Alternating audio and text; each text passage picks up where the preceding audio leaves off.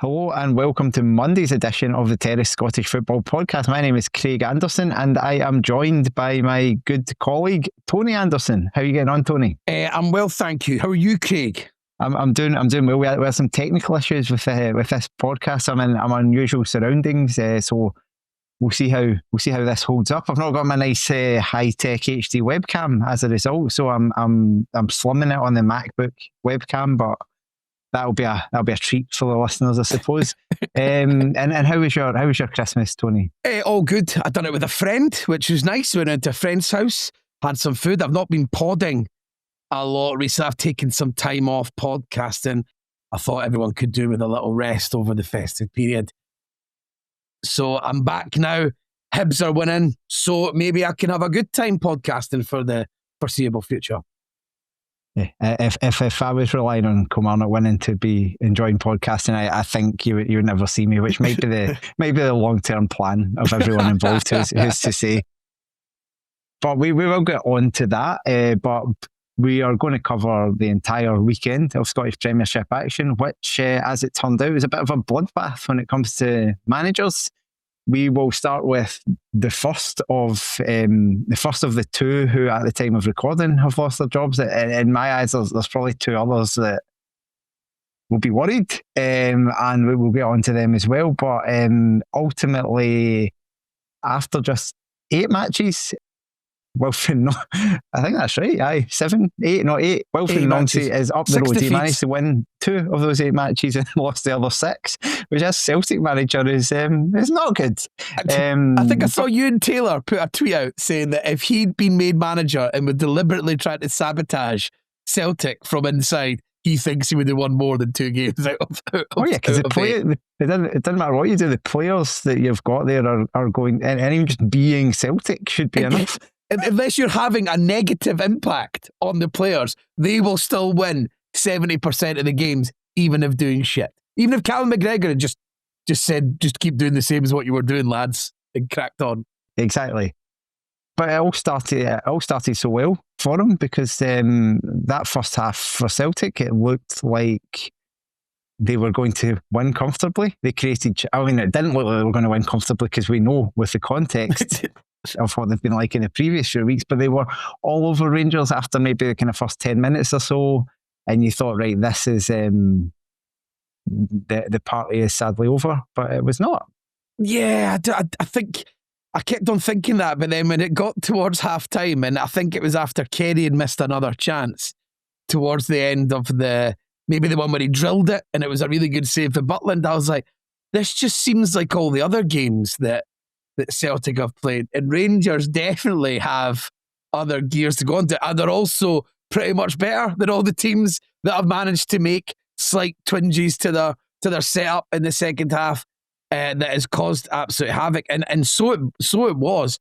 Although at the start of the game, Craig, I thought Rangers sort of started quite well, but in the most basic way possible, and I really worried for Celtic at that point, because all Rangers were doing were playing a percentage ball towards Shermitty, because he's a big guy at least. We'll come on to him absolutely later. He can back into people, and they were picking up the second ball, and then Rangers were just starting to sort of play the way in Celtic's half, and I was like, that can't be it. It can't be this weak that they're going to go out. And it wasn't, because then, like what Celtic seemed to do against Dundee United, is they sort of zeroed in on a weakness in the Dundee United game. It was Esselink and Gilbert out. In this game, they seemed to just suddenly click into gear that they could, with Moore protecting Megoma on the left-hand side, it suddenly just became, it was open season on getting in behind Rangers for there. And then Celtic suddenly pretty much just done that for the next sort of half an hour after that.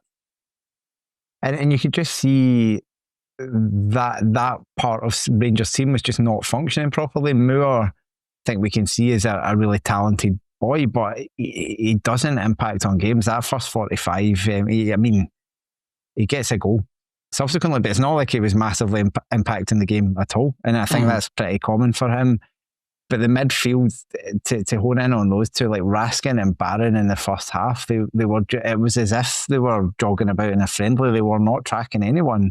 And so Celtic were getting all these like 5-on-3, 6s on 4s, and again, the only saving grace for Rangers was Johnny Kenny, because there's so much effort from him as a player, but you can just see there is so little quality there. And it's funny you mentioned the one that he made Butland make the save from. That was actually a really good effort. Mm-hmm. Every other attempt he had was crap. Yeah, the one with the cutback that was really nice pass across to totally open up, and he ended up having to slide tackle it in. That was just, he didn't get his feet sorted properly. It was like he was running onto it late. The pass was perfect to be ran onto, and it's like his movement didn't do the pass the justice. It wasn't that he was stretching, it was his sort of movement and decision when he was coming towards the ball that created the fact that he had to stretch towards it and create what should have just been a comfortable side foot finish into the bottom corner. A complete slide tackle. And Johnny Kenny, like, don't get me wrong, with the options they've got, I still think he is the best. I mean, we've had a shot of Shin, not great, really not great, and at least Kenny is sort of proficient. He's just the most underdeveloped Scottish Premiership striker. If he was playing for someone else, you'd be getting excited about where this guy, after a season of development, could end up going. But at this point, being able to run the channels, being able to stretch a team, is just not going to be anywhere near enough for a Celtic striker. It's just never going to piece it together enough. It's essentially something that you could take a 100-metre athlete or a middle distance runner or someone who's just like quick, straight out of an athletics camp, and get them to do. There is zero football required to do what at the moment he's doing. Like a less talented Ollie Burke. Yeah. It's like, yeah, and so... And the fact that he plays up front for Celtic, it actually magnifies his weaknesses more, because he gets so many chances. Yeah. Another team, you wouldn't get the ball, and you'd be thinking about those other bits, the stretching of the game, the work of the channels. That stuff would be highlighted more, and you'd be like, yeah, he's good for the team. He's facilitating, or whatever the language that we use around that. But at Celtic, having the lack of quality screams at you every time that you're just starting to cut out to play at this level. But I'll be honest, I said it at the time, I'm not going to pretend. I was saying at least I can see what Kenny brings to the party when he plays up front for Celtic. Whereas with Chermiti, I was saying I couldn't see a single sort of real attribute in what he was bringing at all to Rangers. But obviously in the second half, that completely flipped on its head. But was there anything else you wanted to pick out from the first half, Craig? Just the goal, I suppose, from Celtic that they do score is so shoddy from Rangers' perspective. Like, don't get me wrong, it's good from Yang, and he's direct, and he beats a couple of them, but you can say he beats them. He kind of shown the way. It's like nobody bothers. It was kind of symptomatic of how Rangers played there, especially on that side of the park. Just waved them through.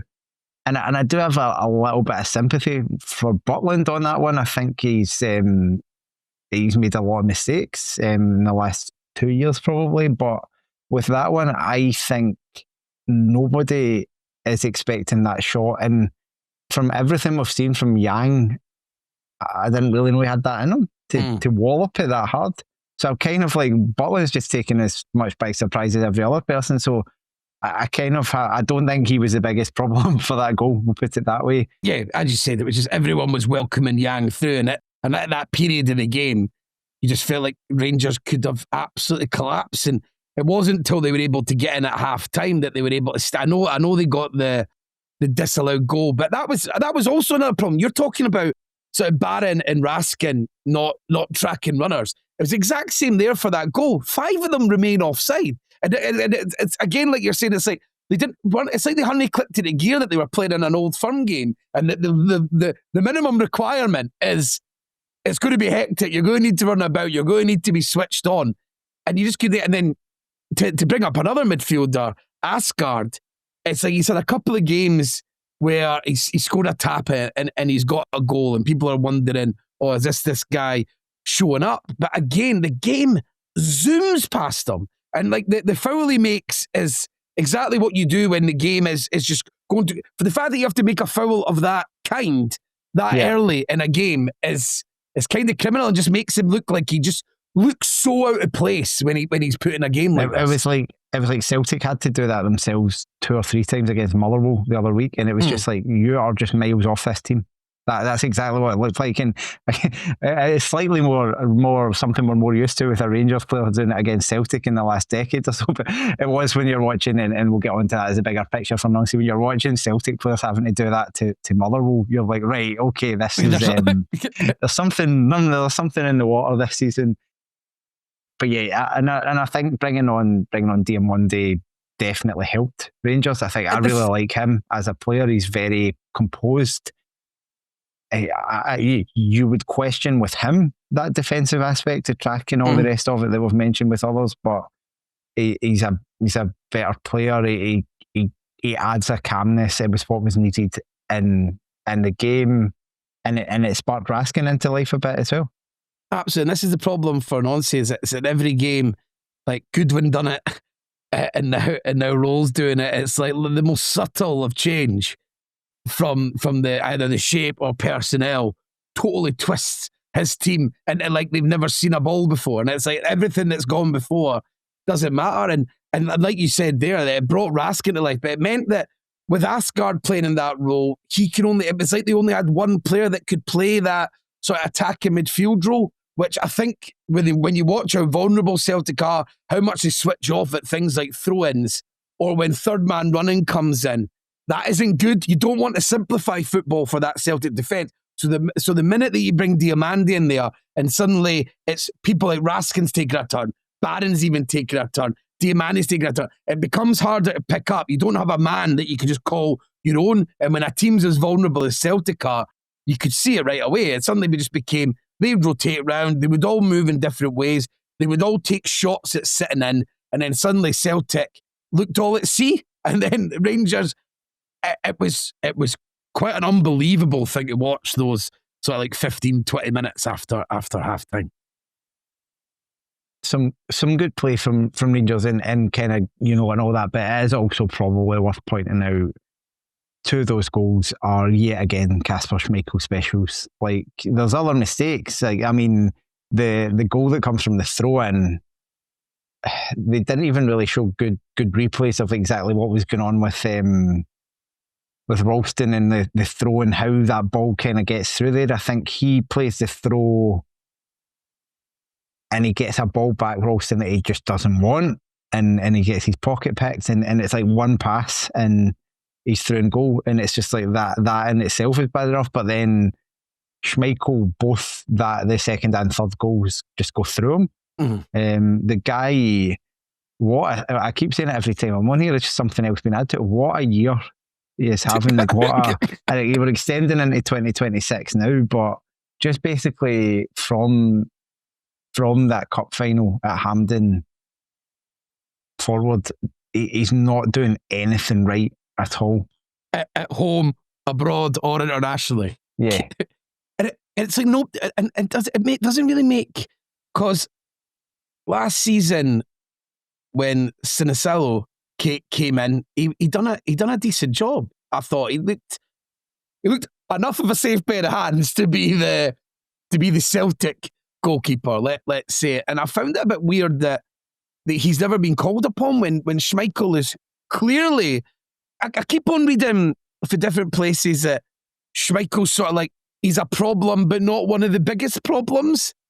I don't know if that's true. I feel like Schmeichel's as big an issue as anyone else. And even if Celtic were under Martin O'Neill just now and they were sort of churning it out, there'd still be drop points coming because of the errors that Schmeichel's making. And you're right, there are other mistakes in lead up to it. As I said, the one where Raskin sort of dribbles past Trusty looks all over the place again, just the way his body shape is to try and stop that. And I think it's funny with Chermiti, he's barely got in the box this season. And when he gets in there, he does a cheeky back heel finish. Yeah, that's it. I enjoyed him doing that. And then obviously for the second goal, like you mentioned, for the throw-in with Alston, is how you, with the stuff that McCowan was saying after the game, which is clearly that, I mean, I've never seen a manager quite so clearly thrown under the bus and just in the only language that you're allowed to make without saying this guy's a fucking joke, get him the fuck. You know, like, I mean, he couldn't have. He said it in all the ways that he could humanly say it without actually putting that across. But it's those points where they look so disorganised because people don't even bother.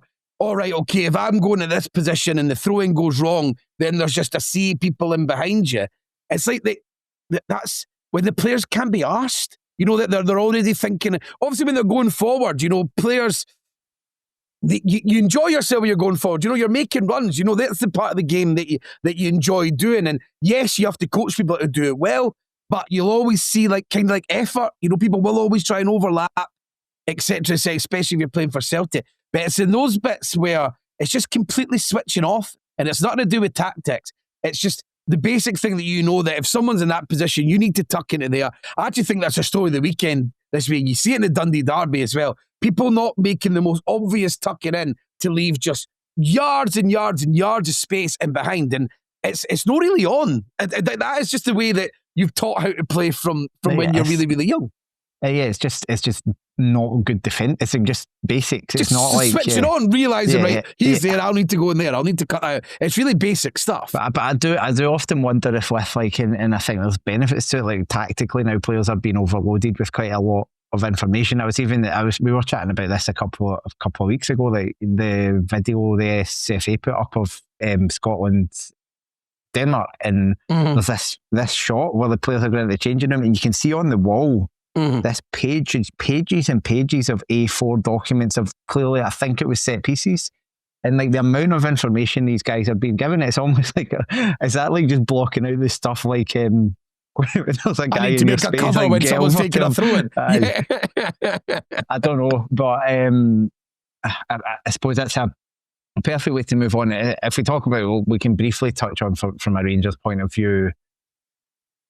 They got the win. That's good for them. They're 6 points behind, which they're very much in a title race, it has to be said. They play Aberdeen twice this week. Again, weather permitting and whatever. They'll see themselves as having a really good chance of clawing that back. But there were also, and especially in that first half, and to be honest, it's been a pattern since Roll came in, and obviously before as well. They look like they are scraping by here, getting all these wins. They are winning a lot of games they shouldn't have won. Hearts exposed them. I think they need to get a lot better in January if they actually are going to win the league. But at the same time, you can say that about all three teams, and maybe somebody has to win it. I suppose, yeah, but I think that if you're Rangers with Roll, you trust. So if there is a few quid kicking around, rather than do club signings, rather than do any other signings for the future, put all that aside. I'm not saying that shouldn't be part of it, but I think now when you're in this position, out of nowhere, really, you don't deserve to be here, but things have conspired, and you're sort of the pragmatism of the manager has managed to create a situation. If he wants two guys, even if I know there's the stuff with Windass, I know that can be quite funny, but if Windass is the guy that he really wants, I think if there was ever a time just to go and do it and make your manager happy and give him the tools that he believes he needs, I think you just do it now. And because with, like we said earlier, with that midfield three, you start to think that if the rest of the team has got the right structure, that midfield three is probably going to be all right. It's probably good enough. And if Chermiti goes on a run now, and obviously he does have a bit of pace, he does have a bit of strength, and if he gets, I just don't want to change my opinion on Chermiti too much over like that. And I still don't think he was absolutely great at all. And like as we said, for one of the goals, they just opened up the entire sea for him to just go in and slot it home. And then the other one is probably the better one if you're a Rangers fan, is the fact that he puts himself into the position that you've been begging for him to get into, and so it'd be quite it was like a ruthless goal at that point. But yeah, I think Rangers you just have to give Roll the two or three things that he asks for. If it costs 8 million, even though there's no sell on these players or whatever else, you just do it because there's a league to be won, and it's very much there to be had. And Rangers look like they have a manager who's capable of bringing it home. So that brings us on, I guess, to the departure of Nancy. I suspect there will be other probably podcasts chatting about this. I suspect not far down the line, there will be podcasts devoted to his entire spell in charge of Celtic. It's going to be one of the podcast. one of the most memorable sort of cameo managerial appointments. Roughly of the same length as Neil Warnock's, roughly about the same level of success as Neil Warnock, and probably some others that we could bring into that. But we won't go over old ground with them, but just like they had to make this decision here, because I was thinking this earlier when we thought before we came on, we thought he probably wasn't going to have been sacked, and I was going to say they might as well sack him, because it's just an inevitability. It's a when, not if. It's like, even if they win the next couple of games, as soon as they lose another one, that noise is there. The guy hasn't, like, he's immediately run out of road. Like, you run out of road very quickly. He would probably have needed to basically win every single other game till the end of the season, maybe got them to like a European semi-final, and won the league, won the Scottish Cup. But there would still be these lingering doubts, because what you see when he came in is it's not the type of manager that you want to have in charge of your club, because it's a guy who's shown himself not to be able to roll with the punches, not to be able to adapt, not to show the respect. I guess not to show. There's a lack of respect to his players and to the Scottish football in terms of how he's approached it. Because he's just basically went, I don't give a shit that you've been grinding out results. I'm going to go back closer to the style that the previous manager left after not really getting much done in. And also, I'm going to pick a bunch of players in positions they simply have no ability to play in. And this is not Pep Guardiola picking Javier Mascherano as centre-back in a Barcelona team that is going to win anyway. It's not him putting Messi as a false nine. These are like tactical innovations where people did stuff with players, which is fine it's when the team is player. packed. It's also one player. If you put Fabregas or whatever in the false nine, it's one guy rather than the whole, like, half the team playing it. It's a team packed with like really, really good players. You're asking already shit players to play. Like, I mean, look, like Anthony left wing back. You're not a very good right back. Can you play centre back? Yang, you're a bad winger. Can you play wing back instead? Luke McCowan, you're an okay centre mid. Do you want to go to left wing back? It's all these stages, and then you look at the bench and you're like, I'm not a massive fan of Liam Scales, but I think he's the best centre back Celtic have got available. He's sitting on the bench. Rio Hatate's sitting on the bench. Imagine, and no wonder Rio Hatate wants out when he's sitting there watching Arnie Engels playing ahead of him. Like, just all this stuff. It's just, it made no sense, and I just like it'll be a cautionary tale for how you appoint. There's nothing wrong with appointing project managers, or nothing wrong with appointing managers who want to play like that, but you have to ask them, like, what are you going to do in the short term? And also, just like, I say this in every podcast, I feel like project managers are there, you put and the fact that Nancy was moaning about not having a pre-season tells you everything that you need to know about that type of manager. It's what they want, it's what they need. It's what really with Russell Martin was the reason that I personally thought he needed to be out quite quickly. I was like, well, you got everything that you need. You were able to sign all the players, you were able to do the pre-season, you got to bring together the whole party in the way that you would have wanted to at Rangers, and you were still failing miserably at the start. So that bit went on to say, it's like, no one's come out of this with any credit, including the players. The players all look like sort of miserable, and sort of McCowan's behaviour after, to have like a sort of non-senior player feel that he can come out and do that says so much about how everyone else is feeling. The fact that, I'm pretty lucky to be here, McCowan feels that he's got the status to come out and talk like that about the manager, tells me that every single player feels that way. If he feels that he can come out and do it, because he feels that he's got... Normally you'd feel like, if for someone coming that, McGregor would be doing their throat. That, that type of behaviour, he'd be down your throat. And the fact that he's not, and the fact that Nancy's been sacked the day after, tells me that every single person in that building felt exactly the same way. And you put all the things across about why Nancy has looked really bad out of this, and his arrogance and his like just complete sort of aloofness on the reality of his situation and what he was going to need to do. And then the fact that the board were willing to take that much of a risk with a left field manager from the MLS who's never been involved in this type of football before. And I don't mean Scottish football. I just mean football with real stakes is what I mean by that. And then also, on top of that, bringing in a guy who's a clear project manager to come in and do that mid-season when you're already in a bit of trouble. Yeah, every single part of Celtic has come out of that looking horrendous. Yeah, and hopefully they repeat the mistake again. Yes, but as long as Hearts don't win the league, so that's the main problem. Easy for me to say as much as if you were to win the list league, fine, great. That's why we have to list all the teams that I would like outside of the Old Firm to do it. Hearts would be very low on that list, but nonetheless, I'm not in the same boat as you where that stands.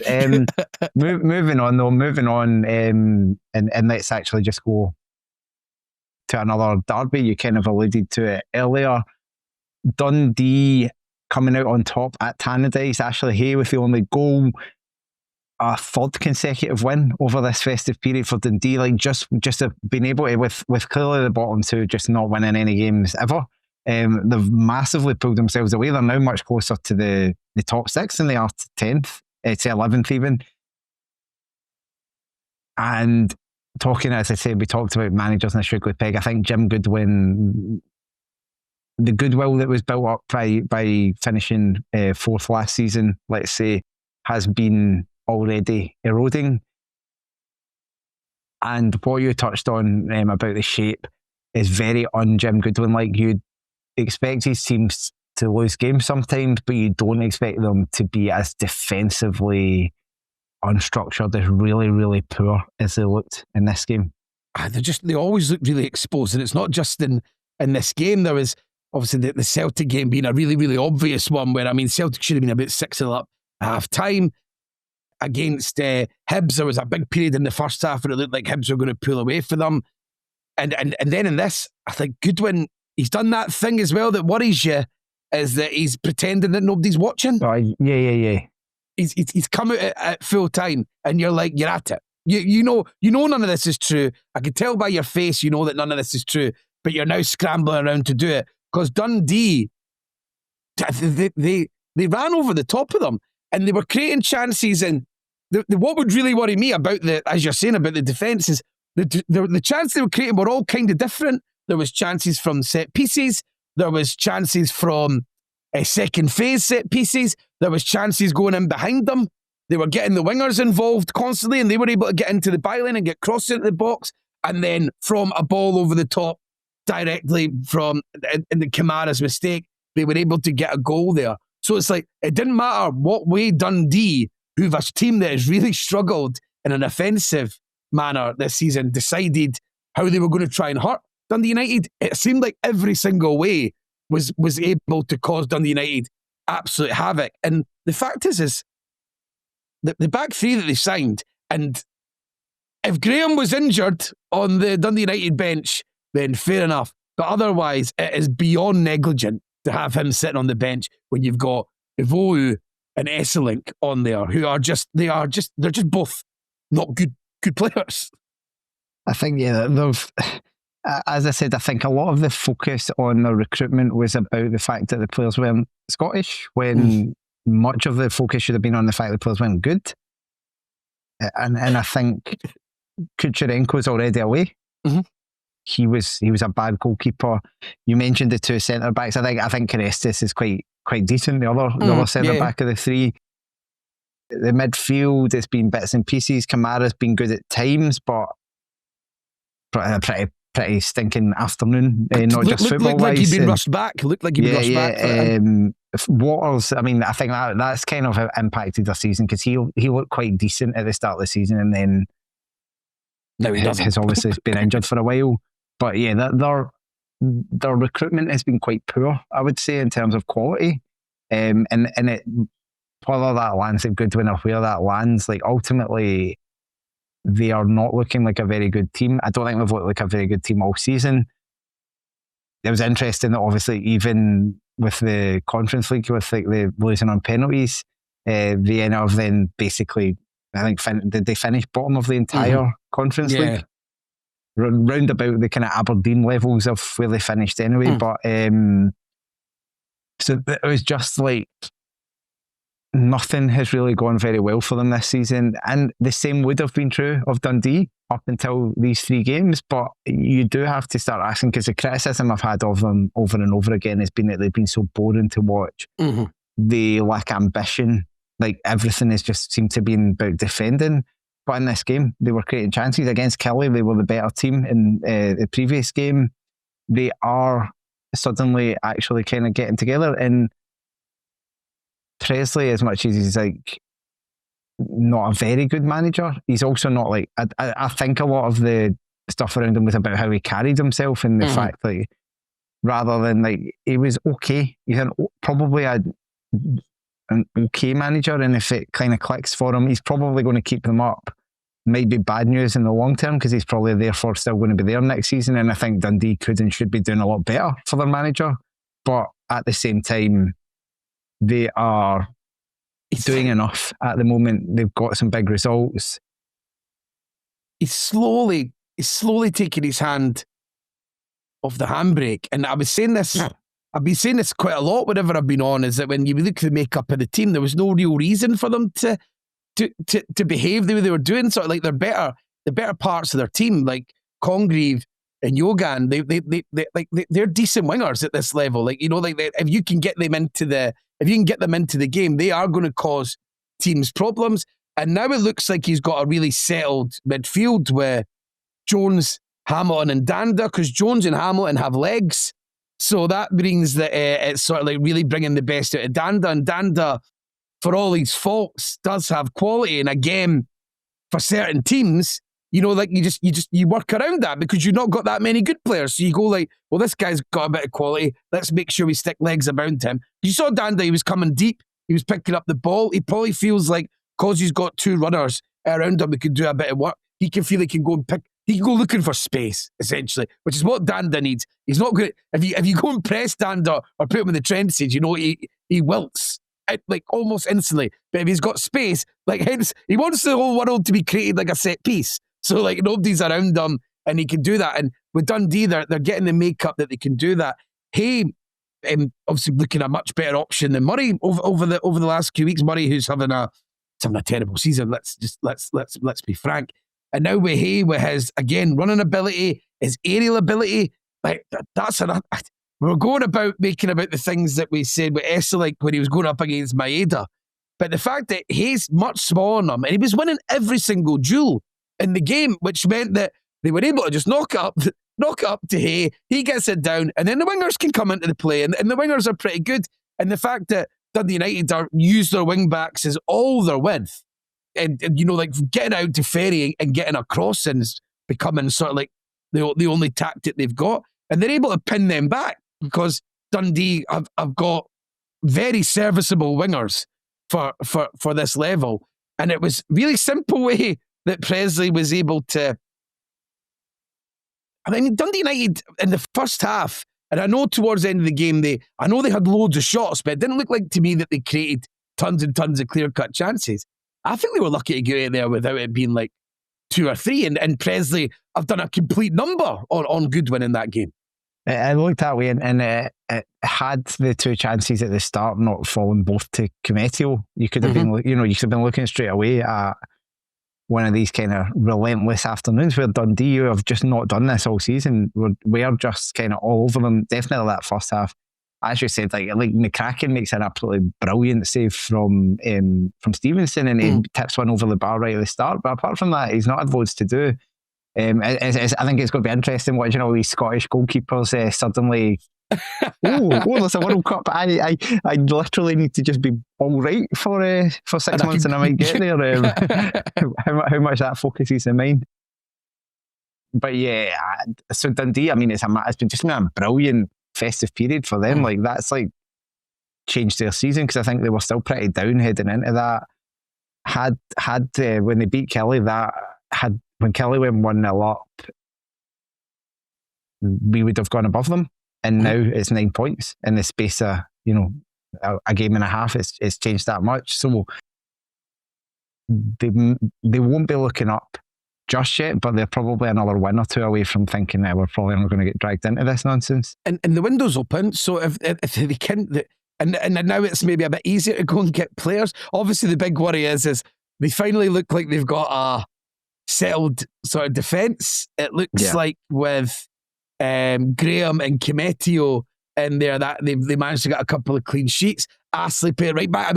I mean, seeing Astley go into the back post and nearly score a goal told you everything about, like in terms of handbrake coming off. Like, wow, okay, look, we can do this. There is fun to be had. People can express themselves, but you worry already because like Graham's having finally putting some things together, looking like a decent player, and already there's murmurs about teams down south wanting him. Hearts are sniffing around them. So you're hoping Dundee, like they could maybe add a bit to their team. Maybe I'd still want to add a little bit more creativity because a couple of injuries out of that team, and then they'd be done. Once again, so but it's just funny when a team's been that shit that suddenly started putting together, and one player suddenly, oh God, someone's going to come and take them away already. Doesn't seem very fair, but fair play. But it's always good where. It's good for us to get a comeuppance sometimes, and everyone. Pressley took a lot of stick, and he's dealt with it with a bit of class. I mean, as much as he trusts the process and all that stuff, it's annoying to hear, but he's never got himself in a fangle like a lot of other managers would, considering he's not just been bullied since he arrived. From the word go, from the car park in Dundee, guy hanging out the door, screaming that he's a terrible appointment, and don't get me wrong, he's not helped himself all the time. He said some ridiculous stuff in post-match where it's just like you're when he, like against Rangers where they started well but they were 2-0 down in 10 minutes. All that stuff, that is your fault. But he's been incessantly thought of as shit by absolutely everyone. And the fact that he's pieced it together, and if he can get another win or two, I mean, if he beats Hearts, who says he can't? I mean, Hearts are impregnable. You know, they've had games where they've struggled, and Dundee at home have, funnily enough, been one of the... So that's where they've picked up the majority of their points this season. And Presley's got wins against Celtic, got a draw against Rangers, winning at Tannadice. You know, he seems to have turned up for games where they were like the big games when they were a bit unfancied. So if he manages to do that and he gets it up Hearts, who hate him so much, suddenly he becomes flavour of the month. He's probably picking up manager of the month. And then he gets it round absolutely everyone. But he's just too reserved to ever actually say that, what we deserve. I like seeing him not even get on the pitch at the end there, their first away win at this season, and he's done it in Tannadice, and everyone else is jumping at the crowd, and he just walks down the tunnel. It's especially with him being like such an annoying chest thumper when he was a player. It was like he's thing. I had that picture of him with like the Hearts badge, His behaviour as a player, his behaviour as a manager are probably the two furthest apart I think I've ever seen in Scotland in terms of like what their character is, because he plays the sort of reserved, older, wise statesman where he was anything but. He was a cheating cunt when he was a player. He fist pumped, he got around people because he was willing to just leave them in the lurch.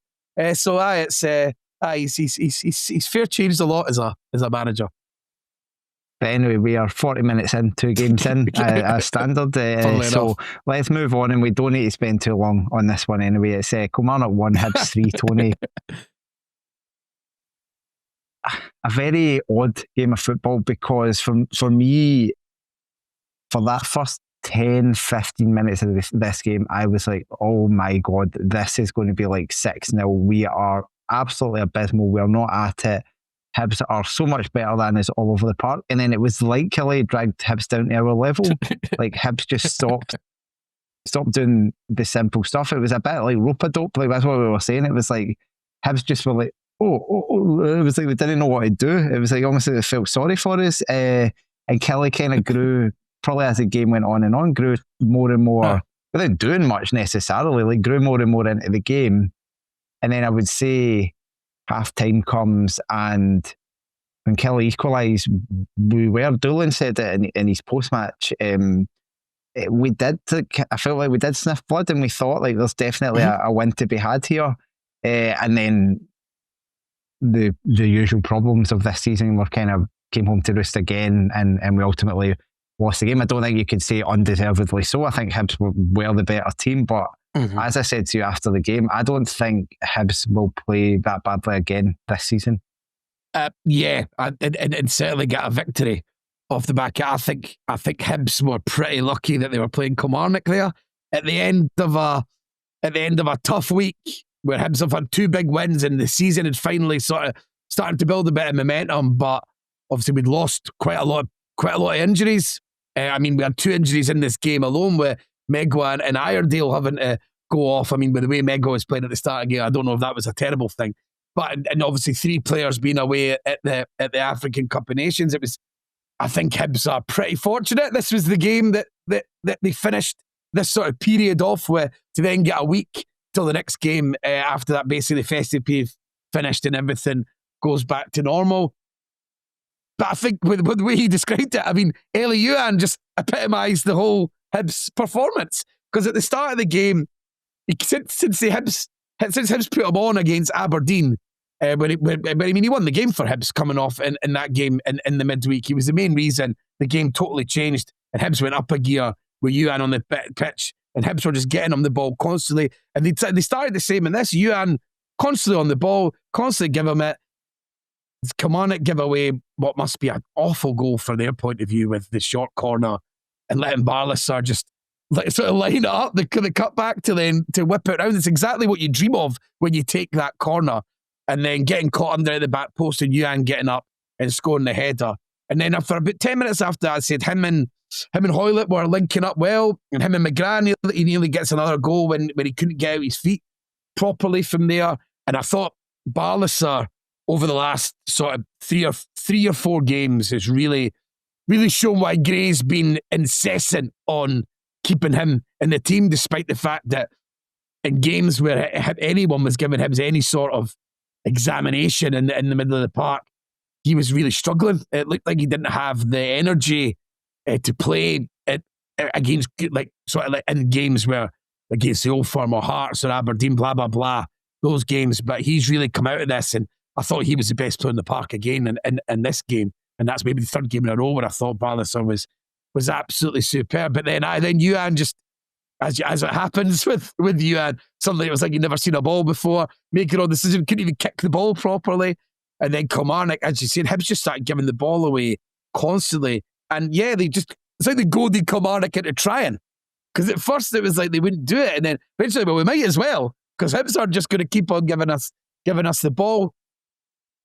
And I think the double substitution went really, really strange in this game, because Hibs brought on, just after half-time, maybe 50 minutes, they brought on Abita and Mitchell for Iredale and Hoylett.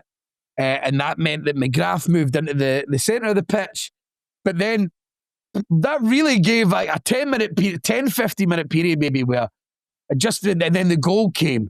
Mitchell looked petrified, especially John Jules. John Jules, who I think is a decent, I don't know, do you like John Jules? I think he's decent player. I was saying, I was quite surprised because he was only originally signed until the end of the year, and then they announced the other day that he'd been extended to the end of the season. And I think he's all right, but I was still a bit surprised that he was getting the contract just on the basis that I kind of thought that might clear a wee bit of budget to somebody new to bring in a player. But then I feel like watching that performance there, you're like, as I have, like, you can see he's got something. I think in a good team, he would look a lot better. At Tynecastle, I watched the game when you drew 1-1, and I thought John, for a large period of that till Kilmarnock, he was like the only guy that was causing Hearts and pushing Hearts back. And you need if Kilmarnock are going to be shite as they are, they need a striker who's a handful. I was saying, like, put him in almost, because he was going out wide again, which he's done a bit. Put him in the number 10 because he's close control. It's really good. Just like get him like dribbling but yeah, and fair play. I mean, he gets a goal. It's the opposite end for me, and I was kind of half thinking it was going to get ruled out for a foul. I haven't not seen it, because you just the way Mitchell went down, and then you see Mitchell was just completely lost track of what he's doing as a professional footballer, and yeah, and it's a nice wee finish. And yeah, as I said, we didn't. It's not like, I don't think we made Salinger save anything, but there were these wee moments where I'm like, we got better. Like Kelly brought on Jack Thompson at half-time for Brad Lyons. Lyons had a really poor game, but I mean, he's a captain. I don't think he would just be taken off for that, although I suppose Chris Doolan's also makes fuck all difference to him. He's not going to be there for the next game, so do what you want. Do what you think's right, actually. Yeah. You don't exactly. have to think about the weeks for going forward. Yeah, he's still going to be at the club, because that was a weird thing with Dillon. He was going to be the new under-19s manager, hadn't actually even been appointed yet, and then he's like, "Oh, actually, do you want to have a wee spell as caretaker of the first team before that?" But they brought Jack Thompson on, and it was a mixed bag for him. I can't quite make my mind up on Thompson as a player, but he added a wee bit more composure in the midfield. He was quite on the ball, kind of the spread and the passes, playing deeper, doing that kind of stuff. He likes to get forward as well, and you saw that with the wee run where we were looking for a penalty. I don't think it was a penalty. And that was just before, I think just before Hibs scored to make it 2. It was either just before or just after, but anyway, it was at a key point. And it was starting to look like, we're maybe in this game. And then what happens, we'd had the warning because, can't remember if it was McGrath got away from... Mulligan drives through the middle. Mulligan drives through the middle of the park. And Dees was just like... But that's like, Dees is getting a hard time because Dees was being asked to do a very weird role in this game because every time Kelly had a set piece or had a goal kick or a free kick in their own half or in that, Dees was like pushing up into midfield and up into the wide areas just to try and win headers. But then you see from that incident, he's then like running about in midfield. That's not where you want a fairly basic centre where some of the strongest parts of Hibs team is.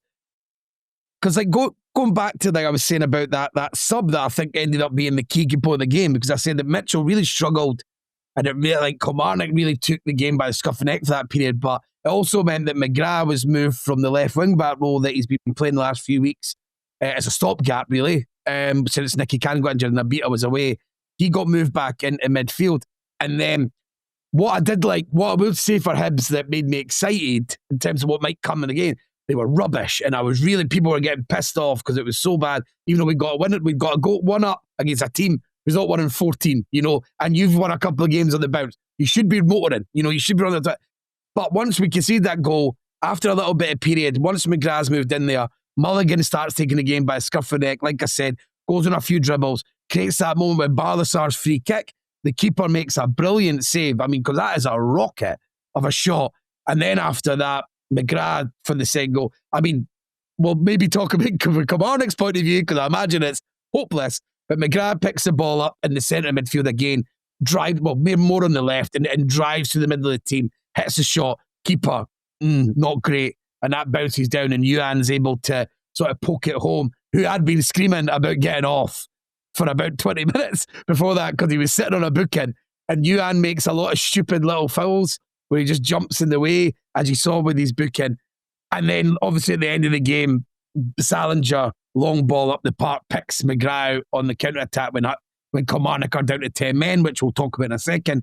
And it's a lovely touch from McGrath to get in behind and then win the penalty and then win the game. So that double sub both cost Hibs, and then in the end, I think put us in a position to go and win the game. But maybe let's hear what you think about the second goal and the Watson red card. Yeah, so I think for that goal, you're right. He runs right across without being tackled. And that to me is always a sign of just like a team that's just completely devoid of character, like a team that's on a losing run, all the rest of it. Because just kick him. Dees was tried and failed with Mulligan that previous time, which is what I was saying. He was willing to do that, even if it was, quite rash and all the rest of it. They just kind of say, on you go, Jamie, and it's on his good side. He's coming in from the left onto his right foot. It's a nice strike. The keeper definitely has to do a lot better, and that's been the problem, goalkeeper position. You talk about the quality of the squad. I think there's just about a passable team in there with everyone fit, but if you're constantly got a goalkeeper who's going to give away a goal every single game, if you've got a left back who can't defend the back post, albeit the new left back, the Estonian guy came on for the last 20 minutes of this game. And the first thing he did was a ball got played to the back post and he cleared it. And I was like, oh, our left back's allowed to do that now. But so like that. But if your goalkeeper is going to, even though you're talking about a brilliant save, and I think he was probably one of the best players in the 0-0 draw with St Mirren, like last week. But if your goalkeeper is just going to give away cheap goals, you're in bother. And I thought we should have had a goalkeeper lined up 1st of January, to be honest, like a better one than him. We haven't. That's partly probably down to not having a manager, because again, you would be coming into a squad where he's got 3 goalkeepers. I think I'd want to pick my goalie if I'm a manager. Yeah, exactly. and so maybe they've made a calculated call on that. But and he's on, as far as I know, we're renewing his loan from Celtic on a weekly basis, so he can just get punted back whenever we feel like it. I'm sure he probably doesn't want to go back there. Nothing says confidence. Nothing says confidence. But yeah, and so that was that. And what did you think of the red card, Craig? I'll just say the third goal first, because you mentioned it. The third goal, it's a mistake by Thompson. He gets caught, and it's a guy who has played centre back before, so it's not like he shouldn't. But it's also at a moment when you're chasing the game, so I'm always a little bit less bothered about mistakes in that circumstance, because he has to, if that's one each, or if that's like a different situation, he probably doesn't try and attack the ball the way he does, and he probably doesn't go in as rashly, because he's almost thinking there's only like 2 minutes left here. I need to try and win the ball back, keep possession, do everything at once. It is a penalty. I wasn't sure at the time, because as much as he came through from behind, I thought he'd maybe kind of poked through to get the ball, but it is a penalty. But yeah, the red card's it's just that these ones really annoy me, I have to say, because for a number of reasons, which is nobody, I don't think any of the Hibs players were looking at a red card there. And it feels like just like a little bit out of nowhere. Do you know what I mean? It's not like you get these challenges where even as the player is going in towards it, you're kind of holding your breath. You're like, oh fuck, don't lunge in here.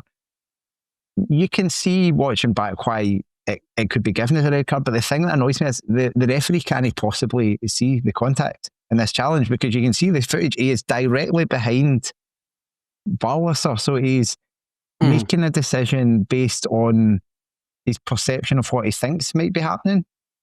And the referee has to make a decision, and so I don't have the issue with him kind of making the red, even though I think it personally isn't one. But I think then the usual chat will be, well, VR can only get involved if it's clear and obvious and all the rest of it. But when the referee hasn't actually seen any of the challenge, I think it's fair enough for them to say, I think it's the length of the check. I think it felt like it was custody. It felt like everything in this game was custody, to the point where I was wondering if VR was actually working, to be honest. Like, not that I think any of it impacted the outcome of the game. I think every decision around goals was correct. Like, every big decision aside from this that we're talking about was correct. And I don't think this was ultimately something that cost Kelly the game or anything like it. But just a little bit odd in that respect. But what I don't like about, I think, these decisions is people, it now seems to be the prevailing narrative that where the opposing player gets caught is the predominant thing for a red card. And it's like, when you see it, the point of contact is the stud on the ankle, but the pace of it is so slow that I don't believe there is any chance of an injury to Barlasser. That's what I thought. It doesn't look nice because it's got the stamping motion and it comes above the ankle. But yeah, when you watch it in real time, it's sort of flailing and it ends up coming round the side of the ankle. And I think if that was a slide tackle coming from the side, I think anyone would blink an eyelid in the same way. And again, as you said, that it's sort of like trying to come round, and it's just because it's coming down and it's high above his ankle that makes it that it probably ticks some of the boxes of what people would think are red, and it studs directly onto that bit. But yeah, when you see it, it's like, it's not really that big a deal. And it's like, I can see why a red card would be given in that situation. But again, like if that was against him, I'd fucking hate it. And I just don't. it just felt very alien to the game. It didn't feel like it was. It wasn't like a game that was boiling over and all this stuff. It just felt like, and you can even see it with like when it happens. Like Hanley's over wandering about. Like Grant Hanley is a player. Like if he thought there was a sniff of a card, he'd be like, red. I mean, he would be up in arms and shouting and doing all the rest of it. And it felt like everyone was quite surprised by it. So just a little bit of that, and it's like you obviously then lose a player for a couple of games. I mean, he was shit in the game, let's be honest, so it might not matter too much. Yeah. You're losing him now for a couple of games, and it's that knock-on effect. And you look at our title rivals, our relegation rivals, who had a very, very, very similar challenge in the Livy Hearts game, probably about the same time in the game. The new guy for Livingston, whose name has briefly left my head, makes a challenge on Beningame. Danzo, is that his name? I think it is. Danzo, and it's very, very similar. And he, in fact, I don't think it was even given as a foul because the ref didn't really see it. And VAR don't intervene on that one, which is fine. I wouldn't want them to. But it's just like you see that kind of there, and you're like, well, we're playing them next week. He's going to be able to play. Watson isn't, and it's just like that. It felt unnecessary. I think it's not something anyone was looking for. But nonetheless, I was just on these decisions. I'm getting a wee bit annoyed at this like focus on wear on the body rather than the force or rather than the intent, because those are equally as important for a red card. But yeah, Hibs were probably winning the game anyway. It was 2-1. There was about 5 minutes left. It wasn't like we were battering the door down. To be honest, it's an illness being a Hibs fan. Is the fact when that red card went in, the fact that you didn't have a manager made me think it was more likely that Kilmarnock were going to score. No, because the exact same incident. Marley Watkins gets injured and they're trying to patch him up. And we were playing with 9 men, and it was... Who was it? Went in down the left and like had like a not terrible chance to score. Yeah, exactly. That's exactly what I mean. Exactly so what I mean. You're right. That's the problem. But yeah, we'll move on anyway, Tony. We will move on. And on to Motherwell, which I mean, Hibs. There's big games next week as well, leading on for this. So you're playing Livingston, and then Hibs are playing Motherwell at a sold-out Easter Road for a £5, which is now looking like sort of the tastiest game of the week next week. Yeah, and I mean that these two teams, you could call it, looking at the table, a battle for fourth, but I don't think either of those teams can win the league. I don't think it's impossible if either of the old firm continue to do what they've kind of done across this season. It's not impossible. One of them could definitely insert themselves into that situation. Yeah. The way that both are playing, because Hibs are on a wee run, Motherwell are on an incredible run at the moment, and Motherwell just look like a really good team. It's not like sometimes you see a team getting a good run of form and it's just like they're winning games here and there, but they're battering teams. They battered Celtic. They thoroughly deserved this win. They are just and they're a joy to watch. They're the only team in the league that should actually have more points. I believe. I think nearly every other, there's other teams, and like I think Hearts have probably got more points in their performances deserve. I think most people would agree with that, including Hearts fans. And obviously Rangers and Celtic have, I mean, tons of periods where it could have got, especially Rangers, it could be a load worse. But Motherwell feel like a team that they could have more. They're the only ones where where you're like you're convinced by their performance like every single time you watch them, and it's unbelievable. It is genuinely unbelievable. We're going over old ground every time with this, but what Askew has done is something that we pretty much thought was just not possible.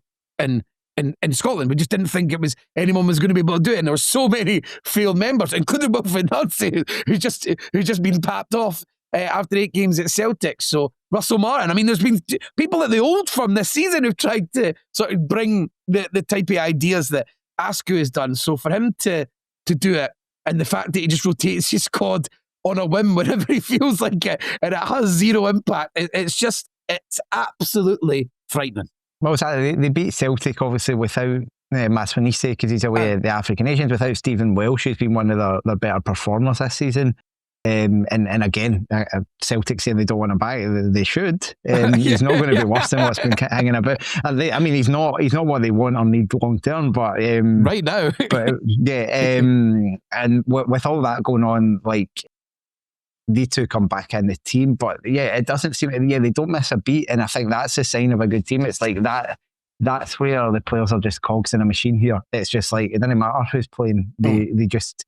And to be fair, and I think it's maybe been slightly overlooked, they have been able to. They've put themselves through good like planning over the while to be able to spend a bit of money on this squad, because they have been able to get the money in for Theo Bair last year, for Lennon Miller, for a couple other wee sales here and there, which has meant that, you know, for example, Side, they were able to go out and pay a fee for it, and I think there was a few eyebrows raised watching them, especially the first couple of games. But what a signing that's been. I think they paid a bit for Just, potentially. Stan Mitropoulos, who's been in and out, they paid a bit for him last time. That's $250,000 they paid for him, I'm sure. So they have been able to spend it, but that's not me saying they're spending money because they've earned the money, because it's been natural. It's not like someone injecting funds. But so he's had that ability to go out and identify, but the transfer business they've done on those key guys has been great. And Elliot Watt, who they got for free, as far as I know, has been the standout. And what a goal he scores again. Well, everything about this Motherwell team is just great to watch. Well, what a goal. I mean, it's luck. It's pure luck. It's luck in its purest form. It's very much Mikey Stewart at Easter Road against Aberdeen when the corner's cropped in and he mishits the volley. It's Wayne Rooney against Man City, where he gets up and everyone says it's the greatest goal ever scored. He mistimes it. He simply mistimes it. It caroms off his shin into the top corner. And it's not what he tried to do. And just like this with Elliot Watt. It looks good though. It looks great. He tries to do a sliced... And the thing is, it goes exactly the trajectory that he tries to do with his foot. He tries to cut across it. So it slices away and it caroms off his shin guard. It does the exact same thing. But Elliot Watt, it's just... And this is... What I mean about, like, this is where you see recruitment at its best, and a manager's best, is that they've saw him at St Johnstone and thought, well, he wasn't great there. They've managed to pick up the attributes that would be perfect in the team that they're trying to build. And that's showing away from, we all talk about analytics, all that type of stuff, but I always think that's so smart when you can see it at a different team for a guy that maybe isn't doing that good. It's a team that isn't that brilliant. That you pick out the couple of the things that he's got, that what you're trying to build, you'll be able to magnify in front of everyone. And they've done it so well with Elliot Watt. And he might be kicking around him and Kizaridis, definitely, like the two that I actually think, now that I think about it, best signing this season, I actually think there's quite a lot. There's been quite a lot of decent business done across the league. Actually, beyond best signing though, normally when you're in this stage of the season and you're thinking about player of the year and stuff like that, you're thinking there's potentially a wee token non-Old Firm player gets in the short list and you have to be brilliant. I actually think those two that you mentioned have probably been the two best players in the league this season.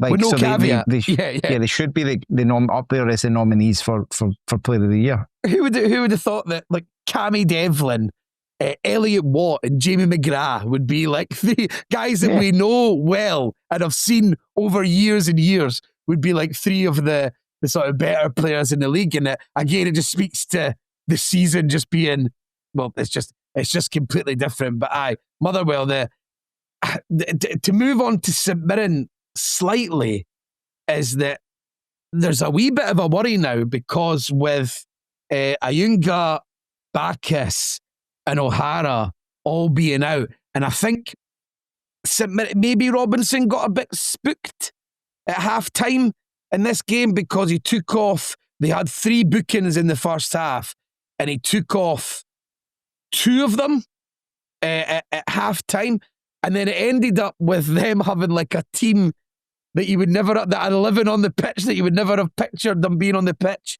even 3 weeks ago. And now you're like that. And then suddenly, out of nowhere, when you're sitting talking about the sort of depth and how good the squad is after the cup final win, you're now going like, that squad looks a bit thin. They're struggling. And then back to struggling a bit. But what I like about this game as well is a bit of water under the bridge, and the fact that Robinson's not. They seem to be a bit pissed off that Robinson's not sucking up Motherwell's arse. And like every other manager talking about how they're the best, and them coming out referring this to as their worst performance of the season. Is that this game looks? I feel like this Motherwell St Mirren is one of those. It's a rivalry that's happened quite naturally. Lots of things that have happened this season, and now in about 2 or 3 years there'll be loads of needle in this game, and fans will be going mental, and people will be trying to remember how and why this is a match that became a rivalry. Well, but it's also like there's probably about a dozen players where you throw their names out and you're like, oh, which of those two clubs do they currently play for? That probably helps. Like, it's more been on the Motherwell to St Mirren direction recently, but it's been both ways as well. But yeah, St Mirren took a proper doing in the second half here. Like proper, and I think that's it with them. Like they've really. It's not since the cup final, it's like before the cup final as well, to be honest. They've just not had a good season. And they are they're quite lucky in the sense that there's two far worse teams at the moment. But Kelly will appoint a manager. I don't know how much they're going to be able to do. They are they should be worrying a bit, and especially because I can very much see Robinson being tempted by that Aberdeen job if it gets offered to him, and I think it could. And that's in that transition. And okay, I saw some Motherwell fans saying it very much echoed like the way he left there, which was around about this time of year, as far as I remember. And he'd kind of had a couple of good seasons, and then all of a sudden, and he's had more than a couple of good seasons at St Mirren, don't get me wrong, but it was then kind of suddenly it all just fell apart quite quickly, and it kind of looks that way a bit. I still look at them and think they've got too much about them. And the fact that it's January, it's happening now. The injuries piling up, and the bit of the form, and obviously they've won a cup. And if and Robinson's in a good position now that if Aberdeen will be interested, he will be on the shortlist. There's no two ways about it. He's going to be on the shortlist, especially because what happens a lot in these situations, Cormac. Because they've had the foreign left field manager come in. Yes, he won a trophy, but we'll come on to the general stuff. And it's really, really no working. And it's filled with a lot of not physical, unstreetwise team. And that will make Robinson look even more juicy, even more of the juicy forbidden apple that you just want to grab at this point. So the circumstances of Aberdeen make Robinson even more of a goer. But right now, for Robinson, that means that if he wants to exert some pressure on getting some cash to spend, he will get it either that way or he'll have the position to move on. So I feel like Robinson's in exactly the position that he would want to be in right now. The only worry would be for a St Mirren point of view, like I'm looking at that game and I'm looking at the score, I'm looking at the table and I'm thinking, right, but they're probably going to turn it around because you trust Robinson, you trust the players. If Robinson leaves quite quickly and you're trying to bring someone else in with like such a Stephen Robinson squad, like that could be a slight concern. You're spot on. They have to go in. They can't be stupid. They need to go in with a manager. And to be honest, you could probably find a stopgap manager that'll play the way that Robinson would. Don't try and be smart. Don't try and be smart here. Plenty of people in Scottish football who are less good versions of Stephen Robinson in terms of like Stuart Kettlewell being one of them. Because the problem, like Calvin Phillips, his form has fallen off a cliff. He really struggled in this game by all accounts. Gogic in the midfield, he looked like he got moved into moving him out of the midfield into defence. Looked like it didn't have a good impact, and he looked like going by that tackle that he got away with which was a stonewall penalty in my book. He went right over the top, and I know he got the ball, but I mean it's 2026. That's a penalty. He's went over the top of the ball. I'm sympathetic to it, but I think if it gets given 100% of the time in the midfield as a free kick. Yeah, absolutely. But a big difference in this is obviously that Motherwell were able to go through the middle of St Mirren in this game, something they really struggled with. St Mirren were really good at shuttling them out in the semi-final when they turned them over. And the fact that Slattery was back for this, it looked like Slattery had a really, really good game.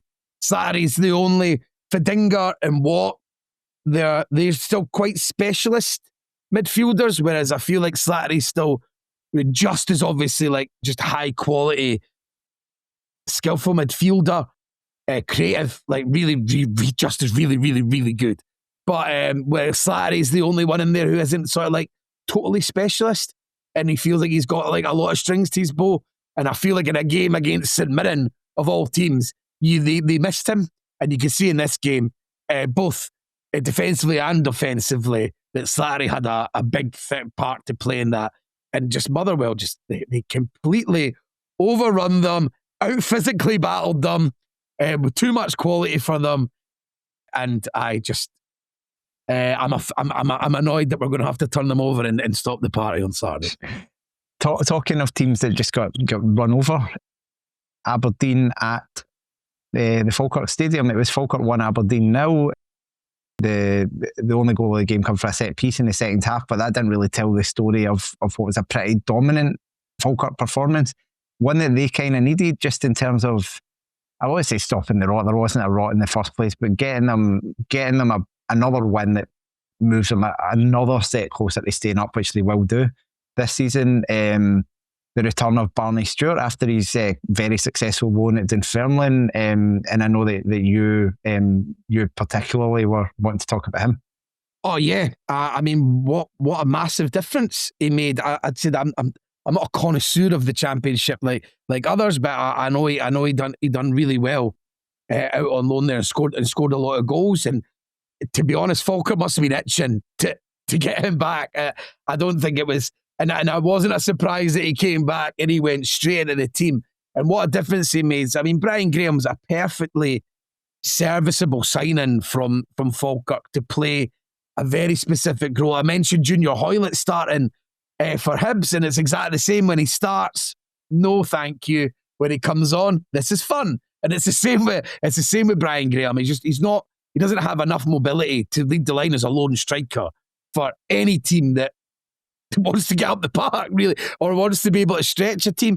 It's meant that Falkirk, who McGlynn had done really, really well in this season, and the fact that they're famed for playing a very specific way, always through the midfield, always working through the lines, but he curtailed that slightly, McGlynn, and they've had a lot more variation to their game. And when Brian Graham was in there, that totally killed their ability to do that. And with Stewart, he's strong, he's good with his back to goal. He had a few lovely touches, but he's then able to make the spin. And it doesn't necessarily have to be him who picks it up at the other side in the box, but you absolutely need a centre forward coming in there along with other players to make the sort of team function the way you want. And he had a huge impact on the way that Falkirk were able to dominate this. And Falkirk were, as bad as Aberdeen are, and as much as Aberdeen are a team over the last, since that first 10 games essentially, have just been,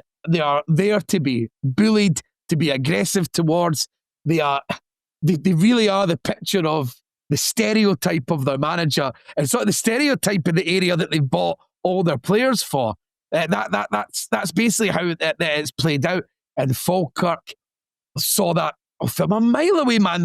They were cutting through them. The first 10 minutes, I think Falkirk created 3 really good chances in 3 completely different ways. Again, like I was talking about with the Dundee United game, it was the same for this. Right from the start, they just built it up through the left-hand side, little touches of the passes, and they're able to get in the box straight from that. They had 3 early doors, the header, and then Miller for a rebound that you would have saw on the highlights, and I thought they were really, really impressive. I loved the way that they put Calvin Miller back into a wide role, but they've done some really cute things with him that if the ball was moving down Falkirk's left, then Miller would track the runner, but the minute that the ball got moved into the other side, Falkirk would shuffle around to the point that it would allow Miller to come central and tell him to not do the tracking back. So it meant that when they won the ball quickly, they were using Miller on the counter-attack, which is exactly through the middle of the pitch as well. And I thought that was like really, really clever, the way they done that. And in terms of like the way that they, like Lisa at right back was just, he was brilliant. He was absolutely everywhere defensively, which I'll come on to in the second half. I thought he was really good, and he managed to get like what was a what was a really satisfying goal. But they were just so much more aggressive on Aberdeen. In the first half, the centre-halves, Allen and Henderson, were stepping out all the time to get on top in this bit. And they were picking his pocket. They were never sitting off. You could see it was a very deliberate way they decided to play, that they were going to go aggressive against this Aberdeen team. And they went with Auchich and Carlison basically playing in the centre of midfield, along with Armstrong. And then they'd moved Shinnie back into left back, and they were just, Falkirk were just gobbling it all up. You know, like, they just didn't look like they fancied it whatsoever. Armstrong was trying, but and Auchich ended up having to come off after half an hour. And I think it was just, they noticed that Auchich and Armstrong have been the players that have been able to get them back into games recently, and they've been able to sort of win the midfield battle and bring a bit of quality with there. But I think naively from Thelin, I think he should have went with a back three in this game. I think he should have went back into that. Falkirk were always going to fancy this. Falkirk are a good side. They are good. They are able to get into games, and they are able to dominate games even at this level. And Aberdeen, they were completely, in that first half especially, they were just snapping at the heels. Midfield, they were getting turnovers constantly in there, and they really, really struggled. And Nilsson coming on for Auchich after half an hour, in my opinion, was the thing that allowed Aberdeen to turn this into a football match. Because before that, they were just, it was just one-way traffic the whole time. And I think that's the thing. It's been constant with this Aberdeen team. Again, we won't dwell too long on Thelin, because I think there will be other podcasts talking about him. And we have both at times, I think, been quite critical of him in general, because I just think he's essentially had, since, as you said, that first run of games where they were winning every single week, unsustainably, as you could tell. I mean, obviously winning every week is unsustainable, but nobody does that. But from that point onwards, like think how bad Killie were last season. They came to Rugby Park at the New Year period and got beat 4-0. Mm-hmm. And it was one of the worst performances I've ever seen. And you've had plenty of that from this Aberdeen team. They got very, I don't want to say lucky, because I thought they were good in the cup final at the defensive stuff, the stuff that Thelin's team don't normally do, the shape, the organisation. This is the other problem, is that it's all the things. Any time that Aberdeen have been good since that first 10 games, it's when Thielen's went against his own instincts. Yeah. And went done something, including in the last sort of like the period before this run of defeats they've got now, when they maybe got 5 wins out of 7 or something, and that was because he went totally against what he wants to do. But they were also like, they were not brilliant in those games, and I think he's just not. I just don't think he's really lived up to the hype of what type of like being a good manager. I don't think he's very good at it. Like, that's fundamentally what it is. He's not got Scottish football, or he's not good. It's one of the two, maybe both. But that we'll talk about that. But yeah, just Aberdeen, even the chances they had at the end of this game, like Nisbet balloons that one over the bar. That's at the end of the first half, and that tells you everything you need to know about that and the start. And like, as I said, when Nilsson comes on, a guy that I think he's done this. Nilsson went through a really bad period, but it was like, it's been all or nothing with Nilsson. It's been bizarre, considering he was like his lieutenant during all the good times, and then he just played him into the ground to the type that he couldn't move anymore. Then he was terrible. Then he's been taken out, and now he's never used him again. And then I saw in this where you could see the use for him, because he's got a bit of bite. He doesn't mind making a foul. And Nilsson is good on the ball. You know, he plays that 6 role as a deep lying playmaker with a bit of bite. He's got a lot of it, but you can't play him for what was essentially a full season in one league, a full season in another, and not expecting the downturn. And I'm not saying that he's certainly not as good as that I have made him out to be during that first 10 game period, because I was head over heels in love with him during that period. But just the fact that he just completely like sung him off, and like he never had any use at all. I found that a bit weird, considering he was like his guy, and he seemed desperate. They broke their whole structure to bring him in. So I found that all bizarre. But he came in the midfield, saying he had a lovely bit of skill in the midfield where they broke through and they managed to get the ball wide, and Keskinen put a good ball in it, and Lissa took it off, like amazing block to go his feet. It's a brilliant block. And this was the bit that I really liked about Falkirk, is when it became more of a match in the second half, your Hendersons, your Allens, your Lissas, they all stood up and were making big blocks, like they were standing up to be counted. Right after Lissa scored, and then when he scored for that goal, they do quite well at the back post. I mean, I don't know what's going on at the back post. I'm trying to look at my notes. It's like not Lobben and Nielsen get caught back, and Lissa just runs across them, and it's like they just get an overload at the back post, and then he's able to get that header in. But as you imagine, after that bit, Aberdeen, they make you, as you do, you answer a bit. You have 5 minutes where you try and do something, and Armstrong makes that like pathetic pass on the counter to try and create, like, kicks the ball into the ground, and that would have sent me flying. And then, like I said, that Lissa one for the Keskinen one, and then after that, they just crouch away. And by the end of the game, Ross is hitting the post when they're 1-0 up at home and against Aberdeen, who've spent millions on that team. It ends up with Ross hits the post just towards the end. Aggie Man hits a shot right at the goalkeeper when he should have passed to Graham, and then Graham hits a pathetic shot from over the bar when he should have done a lot better. And the fact that it's them that are streaming all the chances in when it's 1-0 away from home at a newly promoted team. I know Falk will be good, but still, the optics are absolutely terrible.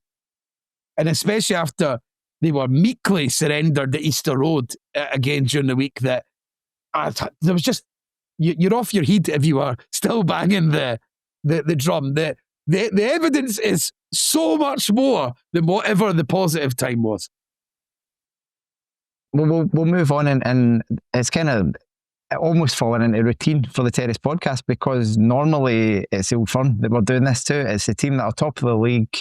They've got an uneventful home win, and they've moved a wee bit further, clear at the top of the league. But in this case, it's Hearts that we're talking about here. They beat Livingston 1-0. A game that probably could have been 5-0 at half time, but probably could easily have been 1-1 at full time.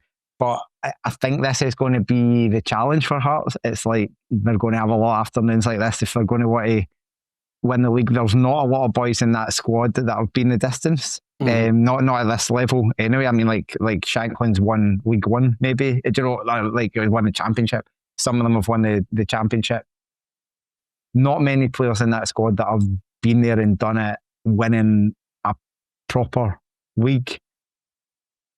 And so there'll be many afternoons like this, and it probably could have been a lot different if they had taken one of the many quite clear-cut chances at 1-0. In fact, I mean, Prior makes a brilliant save as well to keep it at 1-0 at one point, but when you're doing that at home to Livy, there is an alarm bell, but at the same time, they won, and winning is all you need to do in a title race. Yeah, it's like, and then you mentioned the players have also got a manager who's never done anything like this, really, and trying to decide, like reading McInnes's and hearing McInnes, you don't know if it's good or bad. When he's saying things like, "Oh, we could win," you can win 1-0 some weeks, and we all know that McInnes is a pragmatic manager. There's absolutely no getting away from it. He's a guy that will his instinct would be to defend the lead. I mean, in this game alone, Hearts end up in a back five at home to Livingston when 1-0 up because the way the game traveled. But that also helped them build their way back into the game. So it's one of those, again, because you're in the unknown, you don't know really. You can try and make analysis and make an assessment of someone, but in this game, for example, it's like you could, like, those words worry you a bit with McInnes about like the longevity of it, but at the same time, his pragmatism at a time when it was needed, when Hearts lost the game and Livingston had come back in it, that brought it back round for Hearts staying got. So yeah, as you're saying, there's so much uncharted territory that it becomes really, really hard to make sort of definitive claims about them. Maybe a definitive claim that we can make from this is that Jordi Altana in this game, certainly in the first half, looked like he's going to certainly be an upgrade in that right back area. An upgrade on not having anyone, definitely. Yeah. But they and you can see the bits from Keesley. They've got some really good players. Like, as much as we've had a laugh and a joke about some of the players that they've brought in through the Star Lizard stuff, like Keesley, just you could kind of see with his numbers when he was coming in that he had a chance. Braga probably surprised me a bit because his numbers suggested he was going to be shit. Magnuson, his numbers look like everything about him. I thought he was going to be rubbish. I've still not made my mind up, but he's probably all right. But a lot of it has been built, and I think this has been key. A lot of it is still being built around having guys there that will give you your 7 out of 10s every week that have been in the league for years, and not trying to just throw 11 guys together straight away.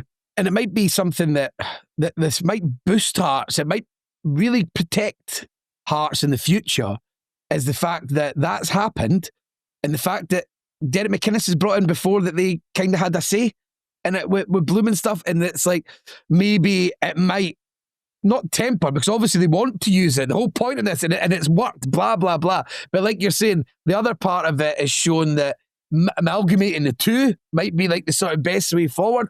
And that might be the fact that this has happened, could be another jammy thing that happens to Hearts. That just that timing of it, and the fact that they've had to have some of these, might that blend might encourage like Tony Bloom and his gang to consider that when they go into making their transfers. And it already look, I mean, they've got coming in from, like, they've got McPake coming in on a pre-contract, which tells me that they are still looking around the fact that Graham at Dundee's been linked, that maybe they are still making sure that they're looking at the Scottish market at the same time. Yeah, I think on the game, I think we're well into the time, so we'll not dwell too much on the game, because I mean the outcome of the game is Hearts are a lot better than Livingston. Probably should have had the game away. Livingston struggled, but as they have done all season, because Livingston have not taken many pacings for a team who are, let's face it, not very good. You say the same about Killing. Neither team have actually lost many games heavily. They're just constantly coming up short of not being good enough. They kept at it. Yenge had probably his best game in a while. Some other kind of good performances, and they brought back, talking about Barney Stewart coming back from the Championship, they brought back Brooklyn Kabongolo from Arbroath, who'd been out on loan. I've not seen much of Arbroath this season as much as they've been doing well, but I did see, I'm sure there was a game where he scored a double from centre half. He's a big boy. You can see why that would work. It'll be interesting to see what goes on there, but they have enough about them where you could see them like getting some wins, even though they have only won a game. But at the same time, should Martindale be in a shoogly peg a bit more than he is? Yeah, I mean, I think you're bringing another up. That Soso is always looking like he's capable.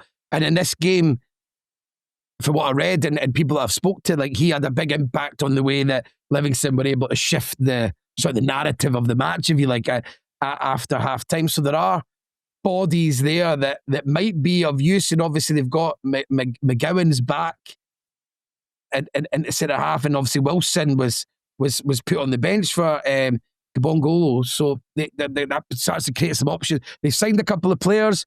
You're saying he should be on a shoogly peg. That doesn't look like the case. No, it doesn't. What the chairman came out and said, that with the new investment and then the new people in charge, I mean, it sounded like Martindale was involved in choosing them. It sounds like Martindale's feet are still extremely firmly under the table, and depending on what kind, I'm sure there's some Livingston fans who don't like that, to be honest, and there's no getting away from it being unusual.